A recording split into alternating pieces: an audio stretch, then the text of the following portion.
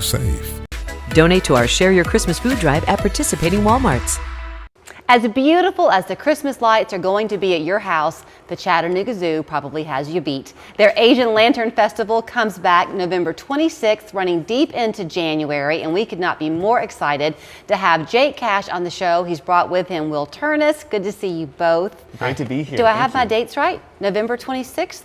In early January? That's right, November 26th through January 19th, Wednesday through Sundays, although we're starting on a Tuesday. That's a bonus day. But besides that, Wednesdays through Sundays. You know, is this the third year for it, Jake? It is. It's the third year, and it's bigger and better than ever, especially with our new Cape of Africa section being open. So that's a whole new section of the zoo that's also decorated. Yeah. And I wanted to tell you the themes this year are dinosaurs and the Amazon rainforest. So is it in the Chinese New Year? Is it the year of the dinosaur? Is that why? I don't think that is one of the years.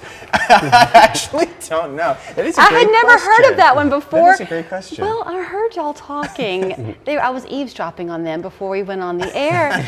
And so they were talking about the zoo, and Jake mentioned how you had gone to plug in one of the dinosaur lanterns and how cool it was. And then I thought I heard you say the year of the dinosaur, and I thought, I don't know that Chinese New Year. That's terrible. Maybe it's the year of the dragon. Last year was the year of the rabbit, I'm quite sure. But I'm not sure. I'll have to look that up. I wonder why it's dinosaur themed. Well, we use a company that has a bunch of different themes that you can choose from. Yeah. And I think we just kind of thought dinosaurs would be really fun for everyone. It's definitely a unique, different take on holiday lights, dinosaurs and the Amazon rainforest. And, you know, exotic animals, crazy animals, it fits well with what we do at the zoo, obviously. So it's a lot of fun. I guess if you've ever wondered if we edit the show, now you know the answer is no. We leave it all in. Yeah, cut that out. All right, Will, I mean, look at that. That's majestic, those lights. Yeah, I love them.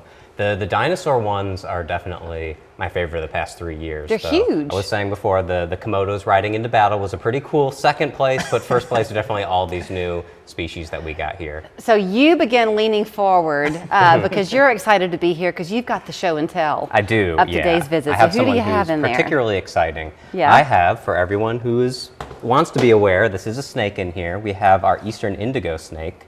They are beautiful if being you've ever seen an indigo snake. This is a snake that is endemic to the southwestern United States. Can I tell something as you're bringing him out? So things that you can't know because you don't get to see what happens behind the scenes. Whenever they come with a snake or Tish Gailmard comes with a snake, they bring them in a pillowcase because it keeps them nice. Oh, you know, we are kind of close.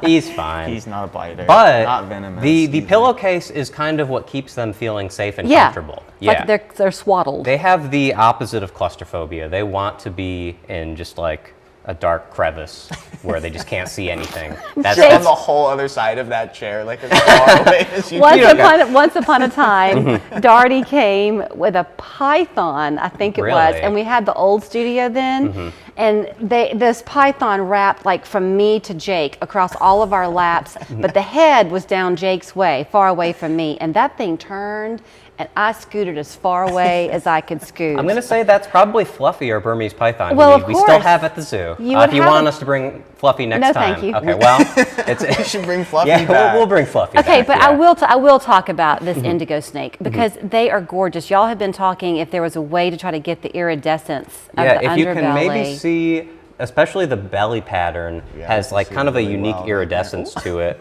There he stop touching me. There he is. That is really fancy. And you'll see that he is a 5-year-old eastern indigo snake. He still has some growing to do.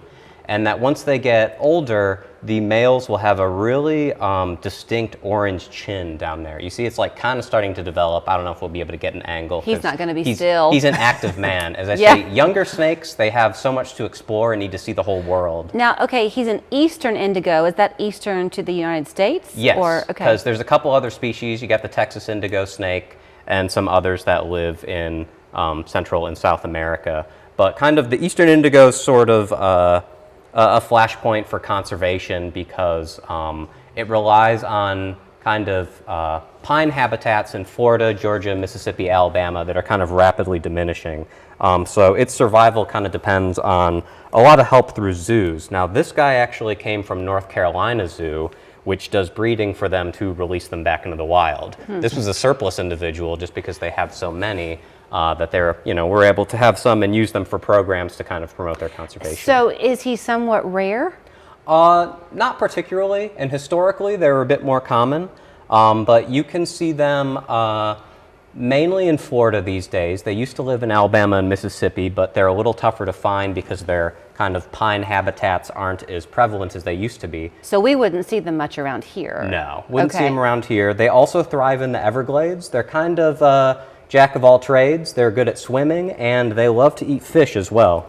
Look at that. You couldn't see this. I mean, it's already gone, but he almost got knotted like your vacuum hose or something. Yeah. That muscle in him is just so strong. I know, yes, yeah. Any of these snakes, now he's not necessarily a constrictor. He just sort of pushes food to the side of a burrow and then eats it eventually. He is rather large though, Will. Yes. I mean, he is big. And he's kind of part of those snakes that eat lots of smaller snakes. They call a lot of those king snakes, but this is kind of a different genus, but they eat a lot of baby copperheads and cottonmouths and other snakes like that. When you go to the Asian Lantern Festival, that's a separate ticketed event, right? Yes, that's right. It's after hours, 5:30 to 9:30. So are you paying zoo admission, and then if you want to stay, you can do that? Or if you want to go to the zoo, then you just have to leave for a while and come back?